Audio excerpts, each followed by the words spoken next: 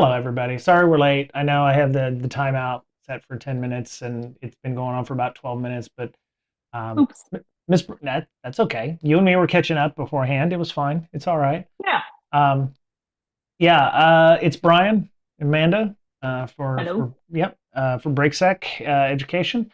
Hold on. I have been inundated with text messages for companies that force you to sign up for SMS texts for every job that you seem to sign up for. So Oh, yeah, in addition to the hundreds of Workday logins I now have, which all have the same password because I'm lazy like that. Um, yeah, I get text messages now every time somebody recommends my job to somebody else or whatever. So I'm gonna get a lot of spam for the next forever. yeah. So Did you use your real number? yes. I mean, the other option is use my Google Voice number, which I probably Right. should have used, but yeah, it's yeah, Hindsight. yeah. I made comment about all that on LinkedIn. It's like I have now made at least 100 Workday, Greenhouse, Ashby, Rippling accounts, and thrown my personal information up in them. So any new breaches that come up, I'm almost certainly going to be invited to credit monitoring, and my home address, my phone number, all that's in there. I wonder if they do any like data duplication on the back end. I wish they did. I wish that there was an option where You would like, have like multi-tenant, like one account, right, right? right. So you I just made have that, yeah, access. Yeah. yeah. I made that comment on LinkedIn too. I was like, Workday, you could just give me a profile and then I could apply using my Workday profile to each account or to each You know who system. Workday and was it Greenhouse probably need is a Right. product person, Brian. Ah, that's I would You should see if gladly, they're hiring. from a customer experience point of view, I would be your person. So Yeah. yeah. Yeah, yeah. It's just I think Greenhouse has a handle on that where it's like you can say apply using my Greenhouse, and I've got that set up. Workday is particularly an odd one because when you go to import, if your resume is just not formatted exactly correct, it ends up munging a bunch of stuff. Like it mixes my training and my education stuff into the same same fields. So I end up having to delete a lot of stuff. It's actually easier for me to go into my Google Doc, copy paste my resume into the fields in Workday. Um, but I have heard interesting things about, well, they're doing that to stop AI and bot people from applying, which I understand So that. let's say there has to be like a browser plugin. I wonder if you Oh, can make like one password do that Workday. for you, Yeah, let me go right? see Workday Firefox plugin. Because like one password, you can add a bunch of like fields to be auto populated. I Yeah, just wonder if you could do something like that. yeah, yeah. There's no original idea. Somebody's already asked this question. Is there an extension to fill out predefined data on job portals? There we go. Simplify.jobs. Second this. I love this. So simplify.jobs. Let me go see what this is. Your job search powered by one. Yeah, that's another portal for job boards. I have found so many job boards for like remote Yeah. jobs. Well Found is another one, remote.co. Some of them have a lot Does, of the same stuff. They're scraping a lot of the same data, but there are a couple of companies and job boards out there that are not is advertising like on LinkedIn. Dice. Is Dice is Dice another one. still a thing? Yeah, Dice and Indeed and Monster. Actually, I haven't checked Monster in a while. I probably should go check Monster. Weren't Um, they owned by Yahoo? Monster, yeah, I want to say one of them, one of the big ones was owned by Yahoo at one time. Mhm. But yeah, So many. yeah. Job search is still going on. I got declined for a position on Thanksgiving Day. I'm assuming that was automated, or somebody who doesn't live in the United States is the one doing the resume reviews. Uh, so yeah, the fastest one I think I got denied for was less than 24 hours so far. So, but I've definitely applied for more than 100 jobs at this point. So Ooh. yeah. Are you Uh, keeping track of any of this? It would be really interesting oh yeah, actually. I have a spreadsheet. I've, Okay, I I've figured. I have a spreadsheet. I actually created three different tabs now because for like all of the ones I've applied to by day. So every day I put in a different day. So I applied for it on this day. I applied Mhm. for it on this day. Then I have the, hey, did it go any further? Do I need to follow up with these folks? And then the rejections. So Okay. yeah, the rejections Hmm. are starting to build up a little bit. Um, so, but yeah, and there's a good number of ones that I applied to probably just as soon as I'd been laid off that I haven't heard anything from, and probably never will. So, Right. because There's a ton of that. they're just not going to reply. So, Oh yeah. um, they could at least have their ATS say it's not you, it's me. I need to be a better company before I'm a better hirer or something. I don't, whatever the breakup, If it makes you language feel any is. better, when I was hiring manager, we had this recruiter person that was supposed to be doing all of like the first round interview things, and she was a like a consultant Right, thing, right? right. She wasn't like full time employee or anything. And I didn't find out until 6 months into it that she wasn't actually sending or weeding through anybody, and she just there was just like this huge pile Wow. of people that had never heard anything from us Oh, after the job posting was live. And I oh, didn't know about it because it wasn't like in my queue and I didn't have right. access to see it. And she thought I was doing it. I didn't, nobody ever told me to do it. Ah, And okay. so it could possibly just be like shitty contractors too. Could be, yeah. I've seen a lot. There's a couple of recruiters that are very vocal on LinkedIn about how the process works, how you can improve yourself. And then there's a bunch of folks that have jobs already that tell you, hey, don't listen to job advice from people who have jobs. I'm just Mhm. if they're not a recruiter, then I don't listen to them because they're oh you hear Yeah. everything from have a 7-page resume, have a 1-page resume, don't put all of your skills in there, use keywords, don't use keywords, use a cover letter, don't use a Yeah. cover letter. So yeah, I'm getting there's a lot of advice on LinkedIn that is very not complementary to one another. It's like you can read 10 different things and get 20 different Oh uh, yeah. different bits there.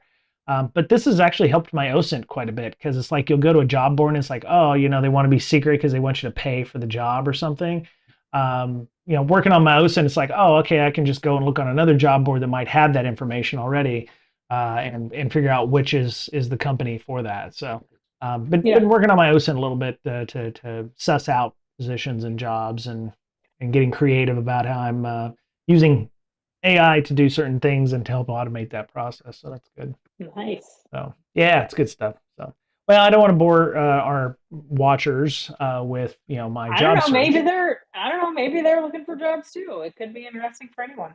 Could be, could be. Maybe at some point I'll go through and I'll show you, maybe a job that I'd been declined on and what my process was for doing that. If anybody, Yeah. cares. Um, let's see. We've got some discussions, some topics of note here. Number one, Amanda and the mental health hackers are going to appear on a streamathon. Could you maybe tell me a little bit about that? Sure, sure. Yeah. So we are partnering up with the Defenders podcast. Mm-hmm. I can't remember what they call it. It's through Lima Charlie. Okay. So it's the Cybersecurity Cares streamathon thing, Okay. and he's done it for I think this is the fourth year. Oh, And previous years it was 24 hours. right. This year it's 12 because 24 hours is a lot of Yeah, content to it's rough. create. It's rough. Oh Yeah. yeah, a ton. And there is everything. There is like musical acts, and they'll usually like pre-record and be like between people's talks or panels or whatever. There was at one point in time last year we had I think 6 or 7 different people on there talking about just whatever they were working on at the time. Okay. And I set up my camera and just did live drawings. Okay. And then I was going to send it to whoever wanted it that like donated during that time, but nobody ever said they wanted it. So I gave it to a little kid instead. Oh, that's cool. Okay. Yeah, but I'll be on there and I'll be talking about mental health hackers. And we actually have it splitting up between, I think it's 6 different charities. Yep. Five, sorry, five. Um, Diane Initiative, Right. us, Yep. so mental health hackers, sober and cyber, Black Girls Hack, and then Women's Society Cyber Jiu-Jitsu. Yep. Yep. So I set it up through mental health hackers because we already had all the stuff set up like PayPal and all of that to be able to accept donations. Okay. And then I'm going to split it between all of us. Oh, very cool. Okay. Yep. And so you're just going to be on talking for a couple hours about anything you want, basically. Yeah, like we'll have a whole schedule of events and people and everything else, Okay. and people can kind of jump in and out as they want to.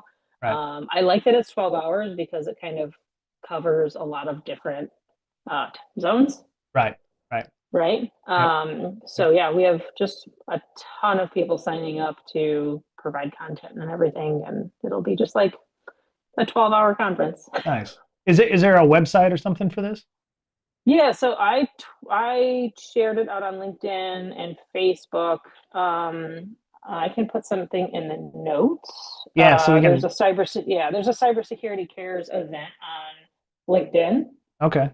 And then there's also like a YouTube page that I'll be streaming on. There is a fundraising page if anybody wants to be a There sponsor. it is. You can sponsor just like as an individual, or you can sponsor as a company. That's the event. Okay. Yeah, cybersecurity-cares.com for those of you Yep. listening audio wise, but and that's going to be on December 18th. And yeah, so that's pretty awesome. Oh, yeah, there's the DEF CON picture. Yeah. Okay. Yep. Very nice. Yep. Very nice. Lima Charlie's supporting it. Panopticity Security. Tynes, Simply Cyber, and Stand Up for Me. That's pretty. Oh, that's Yeah. nice.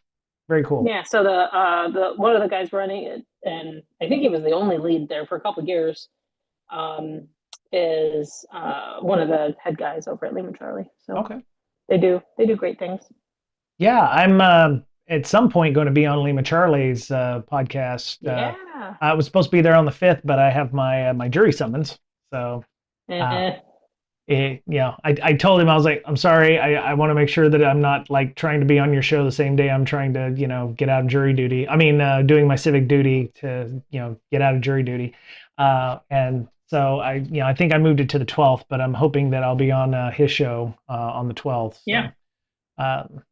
Still trying to find something interesting to talk about for 30 minutes. It's like, oh God, that's like 30 minutes is like 25,000 seconds or, 500 million milliseconds or something. You do it on here all the time. Yeah, nobody wants to hear this though. No, nobody cares It's about the me. same thing. Yeah, Same okay. thing. Yeah, that's fair. That's true. I guess. So, but I'm glad you're going to be doing all of that. That's awesome and raising money for a bunch of great organizations. Black Girls Hack, and of course Mental Health Hackers has always been a very special place in my heart for both of those groups. And yeah, so Yeah.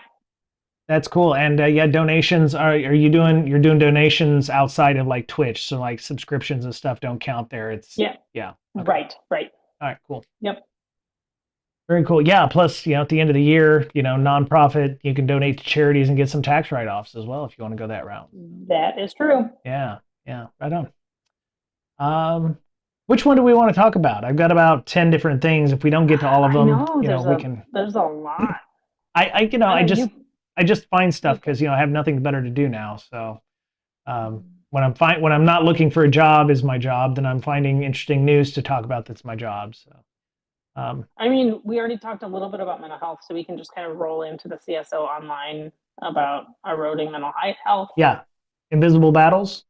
Yeah. Okay. Invisible battles, how cyber security work erodes mental health in silence and what we can do about it. Yeah. Let's talk about that one. This was an opinion piece. There we go. Post that up into chats for folks. There we go. Cyber pros are burning out in the shadows, proving you can't secure the business if you don't take care of the humans behind the screens. I think this is nothing new. I mean, we've heard about this from incident responders. I'm seeing it on LinkedIn when people get laid off. They're like, yeah, I worked at a company for blah years and I just don't really want to go back into. I've seen people saying, I just don't want to go back into cyber. I'm going to start farming or something. And Right. Yeah, it's, I mean, you work with folks who've dealt with incident response, and your organization is a mental health, Yes. bringing awareness to mental health. So, what is some of the stories that you've heard about with regards to burnout in that case? Tons, tons, and it's a lot of it's around toxic workplace, right? And this covers it though. Like at the end of this article, I like how they talk about building real psychological resilience, and they do it Right, from like individual level, organizational level, industry level, and talking about like resilient teams and resilient people. right, And it's a lot of pushing boundaries, not having, I mean, it's all the same stuff, right? It's like not having the enough people. It's right. not prioritizing the fact that you can't just like work people like robots. It's how you treat them. It's not tracking if they are doing okay. Right. Not having a culture where you can talk about it or take time off. Yeah. Um, yeah, it's culture can be really difficult, especially like when you're really trying to like make a difference and also make money. Right. So I mean, from an incident response point of view, is that because, and I imagine this is the rhetorical question, but it's like if you're the lone person who's, if you're the lone incident commander or incident communicator, or the person who's going to be, you know, is it a lack of good process to say, okay, you've worked 8 hours, you need to get off, or is it, hey, I've been working this, I just need another 10 minutes and I'll be done? Is it like, in your opinion? Because I'm thinking it's, more the, I've forgotten what time it was when I started working on this, because I'm just used to sitting in front of a computer for 12 hours a day. But um, is it one of those things where it's like, I've been here 12 hours, I might as well be here for the rest of it? Or not Or not who else is benching going to people on do it? purpose, right? Who's going to do it, And right?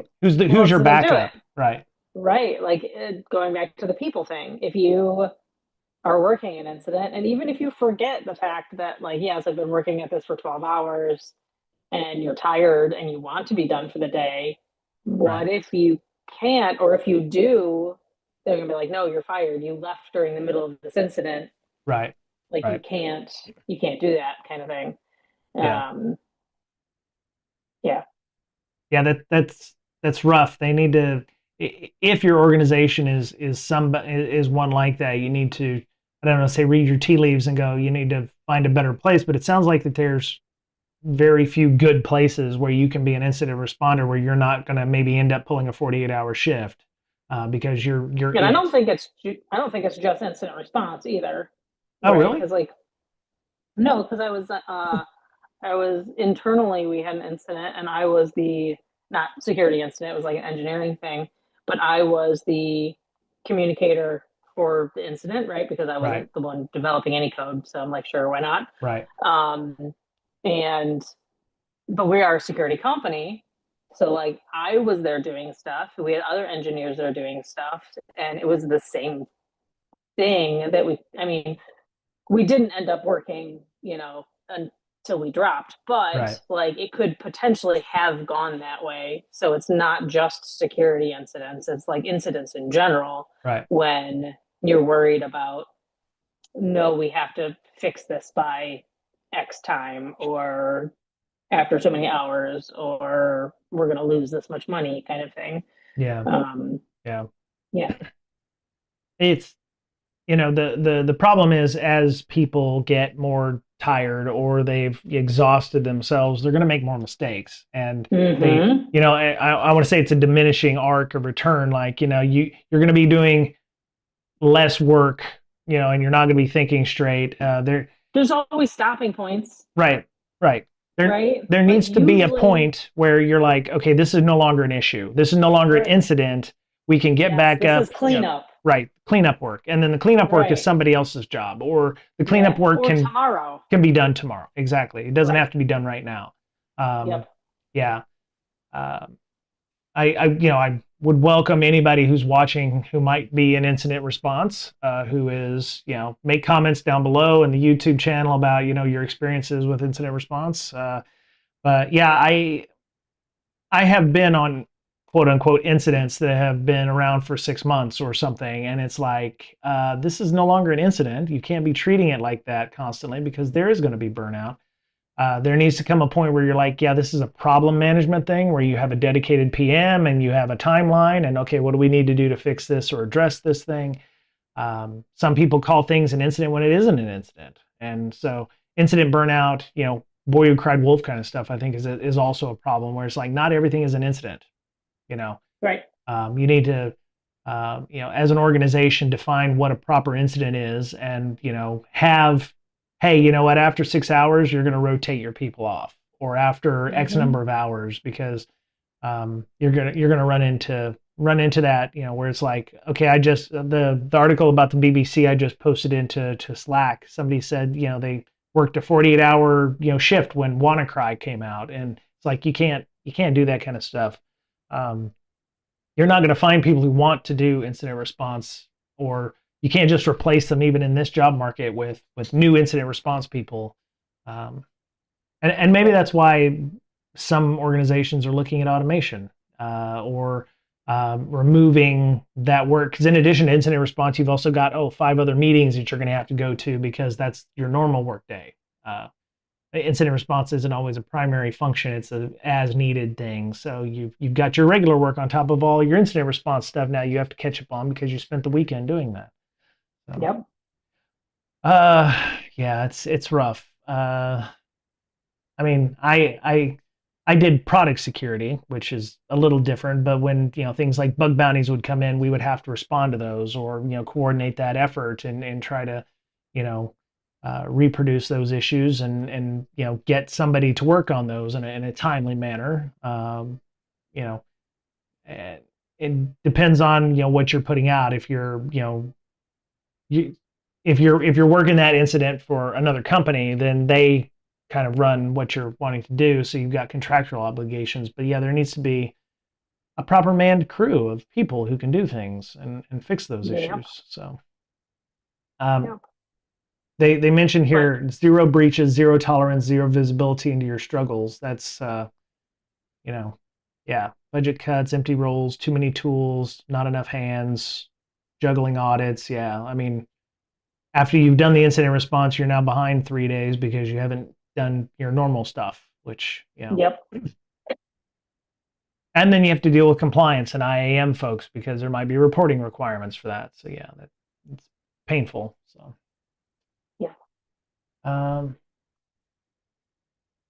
yeah, I was trying to figure out if there's any kind of, this is a really good article with regards to, but I don't see if there's anything here talking about how to protect the protector, know your triggers, incident responses is sustainable without boundaries. If you're on call, ensure you're also fully off call. Yeah, give people time Oh off yeah. afterwards. Um, Therapy, I like the coaching. one that's like pushing for micro boundaries. Not every email is urgent. Not Right, every meeting requires you. Defend your calendar the way you defend systems. right, right. Yeah, and I think I it I within like that a lot. yeah, with incident response, every VP who's like, hey, what's going on with this? You don't need 25 people on an email thread.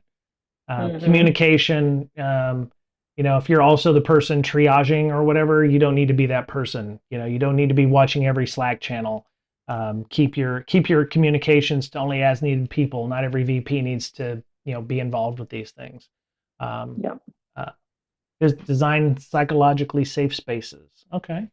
Um, yeah, I think, That's the hard one. yeah, yeah, because who are you That's going to the go real to? hard one. Who are you going to go to? HR?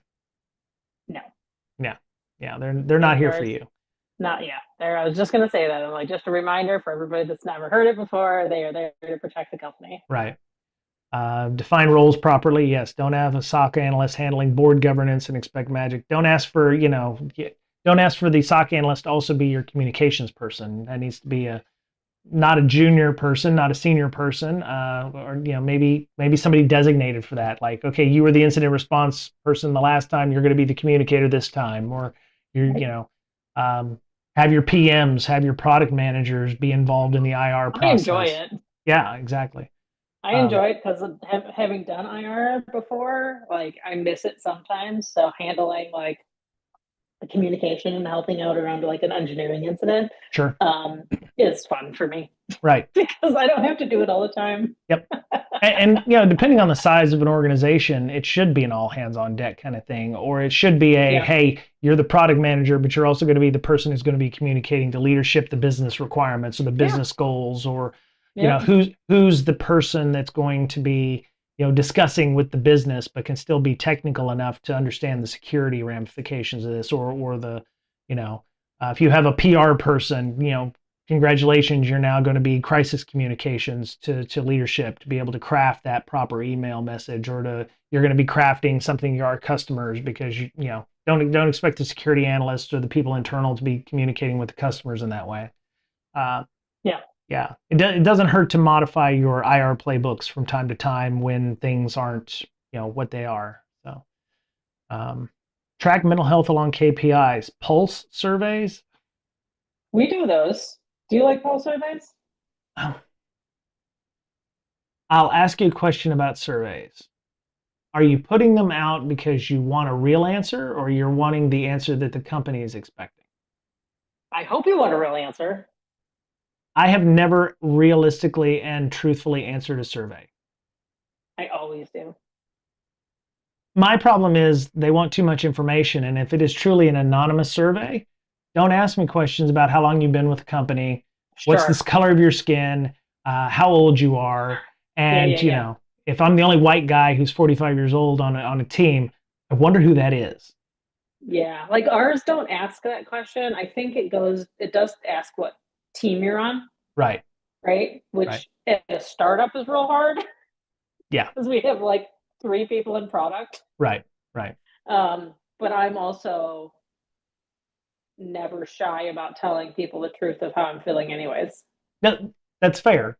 That's fair. But But I am also in the position I could do that, right, exactly. You have that right? privilege, right? And not Yeah, everybody's like, I really need this job. I can't be, seen as a, Debbie Downer all the time, or hey, this place right. sucks, or I just spent 72 hours working on something I shouldn't have been working on.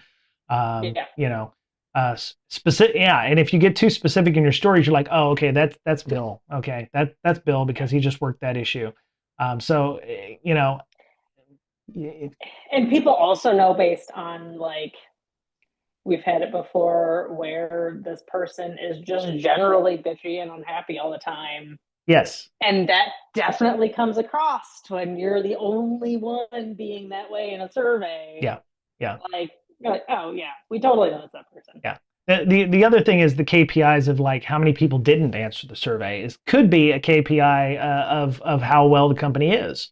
I don't know. Uh, I have actually It's had a hard to manager. get. I've had managers It's contact me asking me why I haven't filled out the anonymous survey yet. And I'm like, interesting why you're asking me that. I filled it out, and they're like, are you sure you did? I'm like, yes, I'm pretty sure I filled it out. Wink. And so, yeah, hmm, yeah. Surveys are hard to get right. they are. They are. And um, are you going to do anything with that survey? Oh, we do. We have mini ones at work, right? We have like every month. It's like 5 questions, Uh huh. I think, and Okay. it's a 1 to 10, and you can put extra comments if you want. Okay. And they track them over time, and they talk about them during every all hands meeting, Right. and like what the delta is if we've gotten better or worse, Okay. and if there's any like call outs of things that people have mentioned that need to be put on our roadmap of things to change and track. Right. Right. And some of those things have been like mental health adjacent like Right. factors, Well, that's right? good. Yeah, Yeah. I just, if you ask the question, what is the outcome? If it starts dropping 20 points, what are you going to do about it? It's like, well, we can't afford to hire anybody else now. So this SAT score is going to go down. Or, oh, maybe we need to change the playbooks on this things. When you ask the question, there needs to be like well, if this is, if the company's thinking this is complete shite, what are you going to do with this? If Right. it's really good, then do we change it to make it less good, or do we continue doing what we're doing, or do we, want to get up to 90% on that, even though it's like at 85 right now? Do you have a do you have Yeah. a do you have a threshold where it's like if it's below 70 for any of these things, we're going to need to do this, I or have no idea. see, if you don't have threshold and it's like it's a 30% and that's great because it was 15% last month, then you've Sure. done twice as good. But it's still, Yeah. if the threshold's 50% Math. and it's only 30% right now, you know Yeah. what's the expected outcome, and what is the organization planning on doing once they've hit these thresholds? That's, especially if it's a people problem. It's like, are you going to spend the Right. money to fix it? Are you going to, hire more people? Are you going to, put a new vending machine in? Are you going to get everyone red staplers? What are you going to do? If your past companies, have you had pulse surveys? Yes. Like Daily pulse surveys. daily? There is a box on certain websites that come up on your computer every day asking you a question. No way. And you can get rid of it, but it comes back. Huh. Sometimes with a different question. I'm not going to go into that any further because I don't want to Interesting. necessarily, but maybe Okay. maybe No, once I I just wonder like the process is. they have those kinds of surveys. They have regular quarterly surveys. They have, hey, you can ask leadership a question surveys for an Mhm. upcoming event kind of thing. Maybe once I get my severance and everything is all paid out, I can get more loquacious about that. But I don't want to do anything to ruin my severance No, package. no, I just wondered if you had them before, and I didn't know people did them daily. Yeah, Hmm. Interesting. I just started sweating uncontrollably here. So Not the question I would have thought would have made you sweat uncontrollably, yeah, but yeah. We're gonna get off of this one eventually. The other one I yeah, like is the hero myth. Like, the yeah, avenging angel, the guy, the person, not guy, he doesn't have to be a guy. The person who comes in is like, oh, I'm saving the day, and it's like, did you cause the problem in the first place? right. You know, did you make it worse by being the hero and coming in because you could have shared that information with somebody and reduced the downtime, or did you, are you keeping information close to your chest to the point where it's like, oh, I made, you got to jiggle the handle to flush the toilet. Institutional Yeah, knowledge. We used to call it tribal right. knowledge, but that's not the way to call it anymore. Institutional knowledge that isn't shared. If you're keeping your cards close to your chest in this case and actually making it worse, then you can cause problems for other folks because of your actions. So, um, yeah. Update the frameworks, add mental health to ISO, bake it into NIST, make it wellness a part of assurance. I don't know about putting it in ISO. Um, I think you would have to put in something like, certain requirements for personnel, and, that. But um, yeah, I know even with our small team where I've worked in the past, if you've worked the weekend, you get a couple days off during the week or something like that. If you can make it work and you don't have any important meetings or something.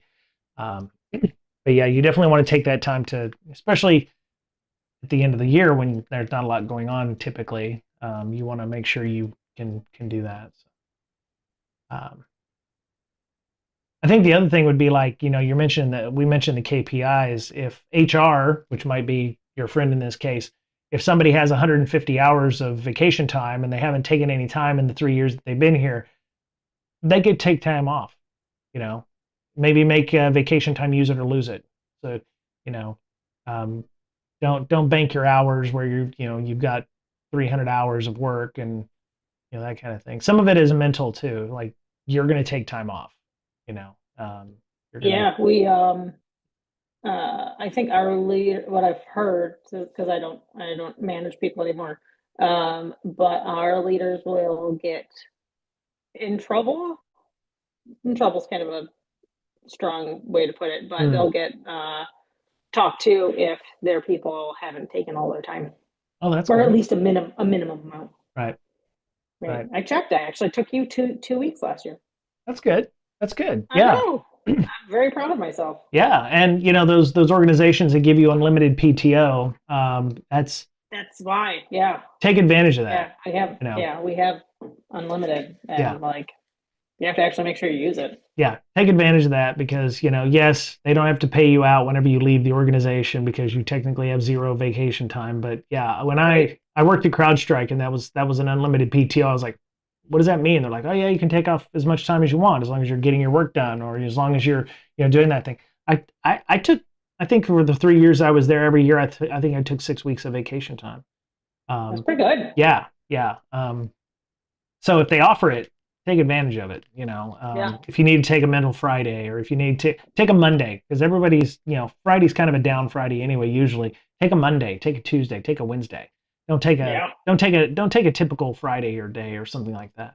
I actually see the mental health issues becoming more and more problematic now that we've moved from back to RTO where we're in 3 to 5 days a week where you you got to get the hell out of the office or I think we're going to see more mental Yeah. health days and people are going to be taking more time off for that. So anywho, good article. Continue reading that. Take it to heart. It's from CSO Online, so maybe your leadership is reading it as well. So yeah, keep an eye out on that. Thank you, Maman Ibrahim, for writing that. That's Yeah. great. Also, something really cool is I wrote a foreword for a book What you wrote? Which coming book? out.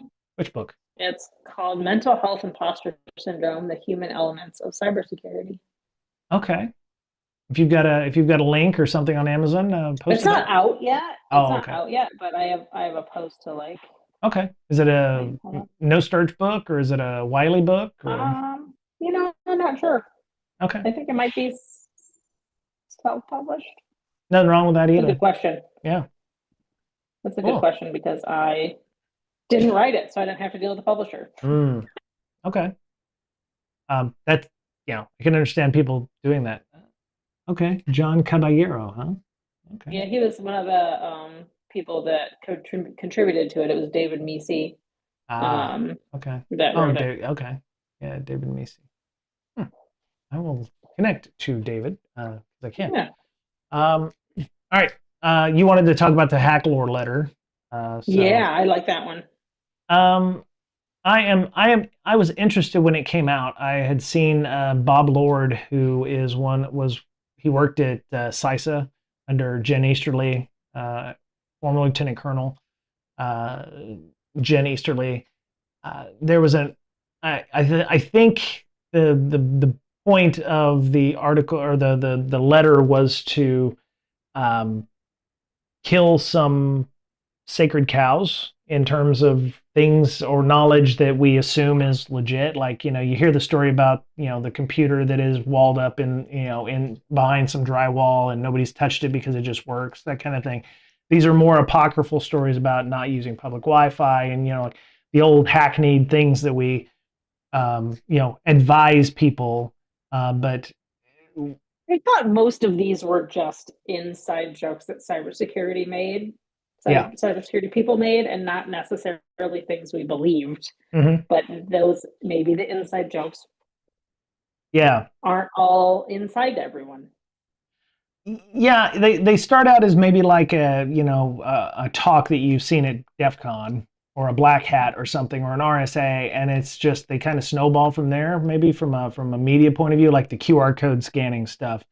I know I bought into that one for years. I was like, I'm not gonna scan a QR code with my phone because I could get malware, and that's because somebody had a talk at DEF CON probably 10 years ago, and it just kind of snowballed from there. Um, do you did you believe any of these or like it's like the with the old I hate to call it old wives tales but it's like back in the day they thought cell phones use during pumping your gas would cause the car to explode and you needed mythbusters to prove that your car wouldn't explode using your cell phone. Right, um right. You know this what? Quick side story. I once got cussed out at a pump for being on my cell phone, and they would not listen to me that it was not true. They did not care. They were Wow. screaming at me in my face, Oh my god. and I just ignored them and kept pumping gas. Were you in the Midwest by chance? How'd you guess? Yeah. Yeah, I feel that Like, no, you're an idiot and you're wrong. I'm sorry. yeah. See, I'm not dead. I'm on my phone chatting with Yeah, my boss while yeah. I'm Like, what happens if you have a pacemaker? yeah. Yeah. Now, if you're smoking next while you're filling up your gas, maybe So that's that's a big, yeah, yeah, that's a no-no. yeah, that's But no no. yeah. Um, So did I believe any of these? I mean, some of these it depends. I still think like avoid like public Wi-Fi and QR codes at DEF CON. yeah, Maybe not, right, right, right? Like, do I need to turn off my Wi-Fi and go on airplane mode the whole time I'm in Vegas? right. No, I think that's stupid. Do I need a burner phone? No, that's also stupid. Yes, 100%. Um, for the most of these, yes, I did not actually believe these day to day. I do have somebody very close to me that believes all these things all the time. He's not remodeling your bathroom right now, is He he? is not. No, it Okay. is a relation. No, it is a relation. Huh? No, I was talking about. No, never mind. Love you, Matt. Um, um, well, the one that I did see on here was regularly changing passwords. For years, we had compliance Sure. requirements: change your passwords Yeah. every 90 days, upper lower number, Right. special 8 Well, characters. that stopped after Right. like NIST said to stop doing that like 5 years ago. Exactly. They also said to stop using SMS text for MFA, but companies are not going to stop that. I also don't necessarily agree with that. You mean using SMS for text messages? Yeah, I mean I get Yeah. them all the time, and if my SMS for text messages, SMS for MFA right. is better than no MFA. Oh, 100%, 100%. And everybody, well, most everybody has a cell phone. I've seen Yes. MFA where I've seen MFA where they send you the number through email, which is Not another everyone option. has a smartphone. Not everybody has a smartphone, so maybe using email is the optional way of doing it. Um, but yeah, I think from a technological point of view, it's something that everybody's going to understand. You get a text message, it's got a value on it. Do that kind of thing. Um, my mother understands the SMS to 2FA. She wouldn't understand me. Hey, if you could go, download Google It's Auth all duo. and yeah, Right. yeah, Google Auth, Yep. and oh, you gotta, scan that QR code that I told you not to scan publicly because we can't trust Yes. QR codes to get Right. that seed on there or what have you. Um, now, Yep. I will tell you, I did buy some USB condoms. Did you? I I never have. I did from portapow.co.uk. I did have some USB condoms that I would use on for charging devices on planes because I would use the infotainment system because I would say I didn't buy into it, but I was like, I'm connecting my phone to a computer. I don't know what it's exactly doing, and at the time, there was not the permissions functions that we had on our phones, so it was like, I don't know if they were doing anything, but I would like to have the ability to just charge my USB phone with USB cable without a data connection. So I did use that. Actually, I kind of got around that because I bought a battery pack that I would use instead of doing that and kind of daisy chaining them through that. But um, yeah, I've even when I went to DEF CON the last 2 years, I've never turned off Bluetooth or NFC. I don't connect to public Wi-Fi because I have unlimited data, so it's not like I needed to have that. But yeah, I have used USB condoms, not because of juice jacking, but it was like I don't know what's on the other end of this USB cable. In that case, um, as to public Wi-Fi key or public kiosks for charging your phones, I've never used those before. So, but What yeah, I'm kind of up. So after the the outdated advice thing, do you want to cover the rest of them? You think yeah, I think we can. like the regularly clearing cookies? Like I don't Yeah, know that was still a thing. I didn't know that either. Yeah, yeah, I mean, maybe it's just because I'm always on a powerful laptop, but yeah. back in the old days, you did it so your browser would run faster. Yeah, exactly. Yeah, your cache on your browser would fill up, and then you needed to prune Yeah. that. Yeah, Yeah. Um, Anymore, it doesn't matter. right, Yeah. But then like, so then it goes on to the recommendations for the public, right? right, And I'm gonna skip 1 and 2 for now, just because we were talking about passwords. right. It has on here use strong passphrases and use a password manager. Now that Yep, has been my advice to people for a long time, right, like trying to get them to use password managers right. upon different varying levels of success. Um, what I'm kind of disappointed is not in here is I also use my password, like my 1Password, to generate random codes for my security questions. Yep. Okay. Yeah. And Oh that's yeah. another piece of advice I usually give people. I'm like, Right. don't actually use the name of your dog Yes. Throw or your off. first Throw off teacher something. Yeah. Yeah. Exactly. or where you were married. Yeah, like it's a bunch of random characters that's 25 strings long or whatever. When I worked with Mr. Betcher, and this is probably long enough ago, we had a password recovery system, and we noticed that it was somewhat trivial with some of the questions, like how many tattoos do you have? Especially when customers were allowed to set their own password questions. How many tattoos do you have? And I was like, well, it's got to be like 1 through 10 or something like that, or what you. Yeah, I mean, I've had like, what city were you, did you meet your wife? And I don't even put a city. I put like blue or something like that. Just Sure, something that right, completely throws right. off. It took Yeah, me, I don't know, a good long time to realize I don't actually have to put the real answer in there. right. Um, And you know what you shouldn't do, because this got me once, is for your security question answer, type in uh, like, or I did it for a hint once that I had to call a bank or someone, healthcare place, I don't know. right. And the hint was like, you'll never forget this.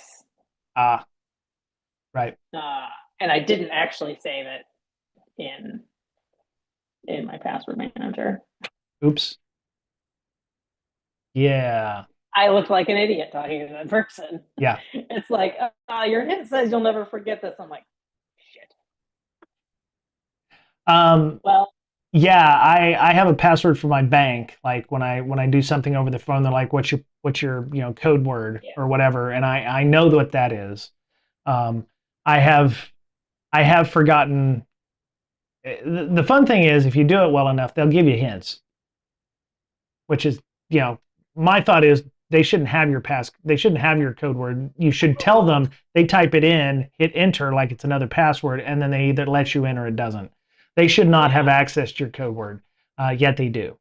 Um, yep, yeah. Um, the one thing that bothers me about the recommendations for the public is number 4, using a password manager. We in the information security community have become a shill for every password manager out there. Free advertising, like everyone needs a password manager. No, you don't. that's true. My mother does not need 1Password for the 3 websites that she visits. My mother-in-law does not need a password manager because it's probably, and like I love my mother-in-law. I love my mother, but I would spend more time troubleshooting how to fix their 1Password, and then they would use a password that is garbage for the other Yep, passwords. You'd only need to know the yep, 1Password to get into the password locker, and they're going to make it something that they know, which is yep. not a good password. So, uh, The books work great. and people make jokes about those things, but my No, they're great. mother-in-law, my I told my mother-in-law, I was like, write your password in your Sudoku book. You're never going to lose that book because it's constantly welded to your hand. You're always working on it. When you finish your Sudoku book, change your password, or write it in the new That's Sudoku a good book. idea. You know, Yeah. and people are like, oh, why aren't they using 1Password or whatever? I'm like, it's too much. It's too You know what much. I did do though is to convince my children to use one, Yeah, to use Password Manager. yeah. That's the only way that they have access to any of the streaming services. Uh, so Like if you want to use the Netflix on your device other than like in the living room, right, you right. need to use a Password There's a Manager. there's a motivation there for that. Yes. So they all learned how to do it. That's fine. And if they're if they're not writing it down or what have you, then Yep. that's great. Yep. But yeah, in many cases, and I got laughed at from some people. I'm like, I'm not shilling for a dash lane or a one password or a No. bit warden. You're like, oh well, if you don't use one password, you can just set up bit warden and use it locally. I'm like, great. Now I have to find a file Nope. somewhere locally on a box, and I'm going to lose my Nope. password file, and then I'm shit out of luck. Or you Um, just switch to all Apple devices and you never have to worry about it. ew, ew. Now I'm still going to use my Google Pixel. I got my MacBook. It's great. Um, yeah, yeah, I told my mother the password book is great, and 7 billion people can't access your stuff. If your account gets Boy, is hacked, that true. yeah, I mean, it's like you're storing it in your house. My mother can't use a phone at her workplace because at Bass Pro they don't allow any electronic devices out or into her workplace. So she can't. Really? Certain yeah, they have like really strict controls about that stuff. She was telling me stories about a guy who got fired because he tried to smuggle a $20 lure out through a peanut butter sandwich that he was leaving with. Yeah, that was several years ago, but it's like they don't have their cell phones in the office, so she can't even. If I call her, she can check it at lunch in her car, but yeah, they don't allow electronics to. Wow. But yeah, it's like I don't consider Password Manager a recommendation to the public. I think a good majority of people are probably going to Walmart.com or Amazon or something. They have maybe 5 or 10 passwords. Do they need a $99 a year or a $9 a month, one password subscription? And I'm sorry, Yep. one password, you're never going to sponsor us, I guess, for this. But I do hope they never get hacked though, because moving from LastPass, yep, yeah, when you have 1,700 oh yeah, accounts, yeah. I have a ton of stuff. Yeah, is so painful. yeah. And not only that, I have like passport photos in there, and I have my driver's license photo in there, and I've got my Credit social security number and cards. credit card numbers, and Oh yeah. uh, 2FA seeds. So if I lose my phone, Yes. then I can re-enable Yeah. that stuff. So it's so much more than just a password locker. Yeah. If you need that kind of security, yes, use a password manager, but don't try to get your family members on a one password just because you think they need it. Different tools for different threat models, right? Yep. Anyway, we beat that one to death. It's a good letter. It is. It's a MFA, good thing to share. yeah, Right? MFA where you can. Strong passphrases, song lyrics. If your favorite song is, Feliz Navidad, then Feliz Navidad is your password, and you're probably more secure because hackers are going to use English language, word lists for your cracking your passwords or whatever. Um, try to use something that is not a one character password. So yeah, short sentence. So if you use like give me liberty or give me death, there you go. That's a fairly long password and fairly secure, especially if you have spaces and an exclamation point. So, but yeah, um, good stuff. Good stuff. What's the other one we want to talk about? I don't want to go too long because we're Yeah. I yeah have to eat still. yeah. See, yeah, I don't want you getting hangry on me. So Yeah, right. um, We can do the non I can't say it, non-human entities one. okay. So this is a dark reading article talking about non-human entities, which are not just what I thought it was AI. I thought it was an AI thing. Not just AI. It's basically anything that isn't connected to a human being in this case. So Yeah. make sure my oh I don't know what happened there, but going I have a messed up Did you overlay. lose? There you go. I have a Oh. messed up overlay on Zoom. I don't know how long that's been going on. Apologies to people who were watching. I didn't have the preview set on my OBS. So No.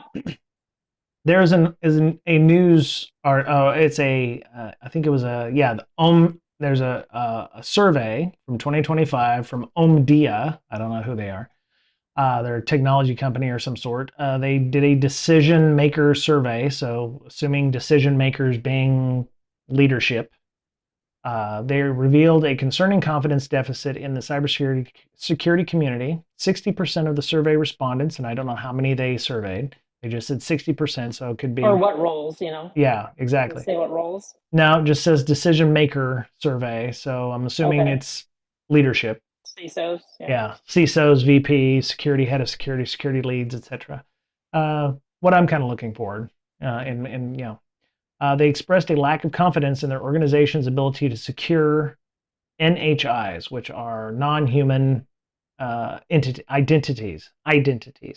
So service accounts, API keys, hardware token, or not hardware tokens, but like AWS tokens or things used to decrypt data in this case. Yeah. And automated bots, IoT devices and nodes, AI agents, which it's the I newest I one. do I do also wonder, like, has it always been like, what's the difference in the confidence over the years? Mm, mm. Right? Have we always just not been very confident about this? Yeah, I don't know why in 2025 this was such a news article. I think maybe they wanted to put AI agents in here as like one of the newer non-human Right. identities. I mean, service accounts have always had issues where people were using them to log in, or they were the break glass Right. for a lot of organizations. Yep. You're not supposed to use them to do work in some cases, or you're supposed to give them passwords, which was its own problem because then you have to store a password for a service account somewhere in case you lose it. API keys, depending on what the API key is for, can, you're running into issues there. A lot of it is just being able to store those or being able to, have them in a specific place. And I think they called out um, hard coded, plain, API keys being stored in code repos, inventory and visibility changes, maintaining inventories leading to stale inactive accounts. So yeah, you got the service account for this system that used to exist 10 years ago, but it no longer, Yeah. does what it's supposed That to stuff's do, hard. right? Like backup admins That's or real something hard. like that, right? Yeah. Um, yeah, or architecture changes. So now your backup operators now in your publicly accessible internet account system, and somebody who got fired 10 years ago still knows the password because you haven't changed it. Yep. Yeah, privilege management, excessive privileges. That's always something that we've had to deal with. That's nothing new. Uh, Let me see what else. Operational weaknesses, credential rotation. We just talked about not rotating credentials. Um, it's challenging due to vaulting issues. So yeah, depending on how and where you're storing those, if you're using a KMS solution or something from a third party like Talus or whatever, um, keeping track of those across code changes. If you make one change in one code base but you don't do it in another, you're going to run into problems with outages or something like that. Um, Mm-hmm. Identical accounts for production and non-production systems. Yeah, that's a Oof. bad one. Yeah. Yeah, No. yeah, yeah. Not making that delineation or using the same account across production and non-production systems. Yeah, that's painful. Yeah, no thanks. They suggest. I, Let me see. do they have Proliferation. suggestions? What's that? I don't think they really have suggestions. Yeah, I don't. They said organizations must implement sophisticated management frameworks to maintain secure inter-service communication. Yeah, it's easier said That's than done. Yeah, Yeah, that's a very softball, like, generic answer. yeah, yeah. Basically, fix your stuff, right? And Okay. I'm sure Omdia will have solutions that will allow you to help with that, which is one reason they probably did this survey because they're like, as a selling point for next year, it's like, oh, you have an AI, you have all these things, and help, we're a solution provider that will help you with that. Okay, great. Correct. Um, yeah. So No yeah, thanks. I actually read to the bottom of these things when they talk about those kinds of issues, and I'm like, okay, where's the sales pitch? That Hmm. I'm sure Omdia does all of this for a company if they wanted to reach out to those folks. So Those are my least favorite articles to write, and I usually say no. I hate doing that. I really, hate getting, oh, I hate it. I'm really happy with the new, like, PR firm that we have now because they don't do that. But Okay. we've had some before that are like, here's this article, pitch for this article, um, write this so it's basically a sales pitch for Blumera. I'm like, absolutely not. Like, I Mm, would never give that advice. And it right. has nothing to do with what we're doing. To like, you can like shoehorn defensive security monitoring sim stuff into anything. But no, I'm like, nope. So you're not helping to sell product at this point. I do other things. Remind me again what your title is? Soup. Uh, Senior product manager, cybersecurity. Okay. So no I did kind sales of in get there at yelled all. at the other day. No sales No, in there at all. no, not really. I do help salespeople though. Yeah, But there is a reason I'm not a salesperson. sure. Yeah. I'm way too, my face is way too honest. Yeah. I think for sales, when some of the jobs that I've been replying to is like third party risk management or something. So you're filling out the cakes and the SIGs, and you're also taking those in to evaluate third party vendors. I've done that at many organizations. And I understand if you're trying to make a sale, the salespeople are going to come in and like, hey, here's a SIG questionnaire that this customer, this potential logo wants us to do. Right. I hated when salespeople are like, "Oh, we got more logos on our website." I'm like, that just like it sounds like notches on the bedpost or something. It's like, you It know, makes people happy though. That's weird. I know it does. I know it does. So it's like I fill out the questionnaires. I did that at CrowdStrike. Both to sell our product and also making sure that the third party questionnaire that came in actually made sense and for what we were evaluating those vendors for. Um, Yeah. but yeah, it's interesting. Uh, there's scant information inside of this. It says not confident. So 60% is not confident, 17% is very confident, and 23% is just confident. So 40% is not Like if I look at these too, like if that was just like that's just one question. right, It's right. like QIA4, maybe the fourth question. I don't know. Uh, there has to be more questions because, like, if I look at Oh, all sure. of these things, like all of these NHIs, anywhere I've been, I have been different levels of confident Oh, yeah. on each of those. Right. Right. And maybe this is an aggregate, and it looks like maybe in small print there, the N equals 163. So maybe 60% of 163 respondents.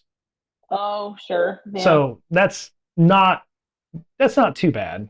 I mean, that would show roughly, what's half of You can make 163 graphs is look anything you 80. want.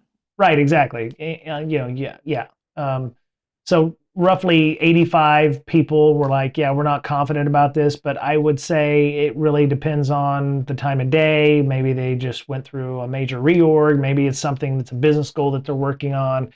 Sure. Maybe the AI stuff they're not confident about too. So they would say that they're not confident about how they're handling Sure. AI stuff. So Yeah. um, ask them 5 years ago, they may have been more confident because they had less stuff to deal with. But the other thing I was thinking about with regards to all of these NHIs is if you have all of these things in your environment, you have a really complicated environment, and maybe there's some There's a lot. simplification that you can do to Yeah. remove that and to remove that problem. Digital certificates or access tokens. If you have even handful or half of these things, you've got a fairly complicated environment to begin with, and it Yes. maybe would maybe simplification. Maybe you don't need those service accounts anymore. Maybe you can get rid of those, and that's one risk that you don't have to deal with.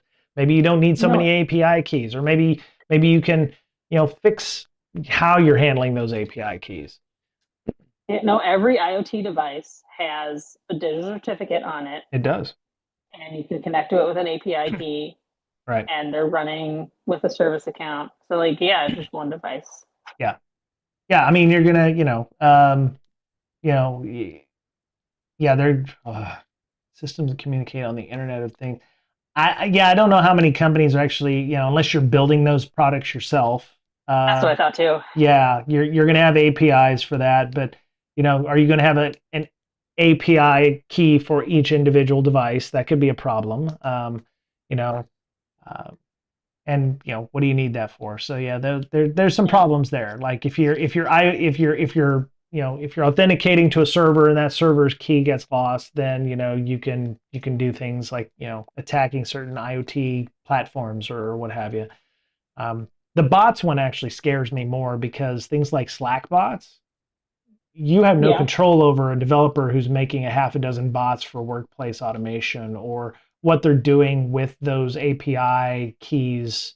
And a lot of this stuff is probably out of a lot of security people's hands, which I can understand why they feel like they're not confident because a lot of this stuff they have no control over what the developers or what the engineering teams are Sure. doing in that case. So Sure. um, maybe they don't have visibility, or maybe it's just engineering going to engineer and they're going to do what they want to do because hey, you're getting in our way, security. Don't hamper us by doing X or Y. I'm not saying that happens all the time, but I have seen it and have heard of Yeah. stories of those things. So, but yeah, ah, good stuff.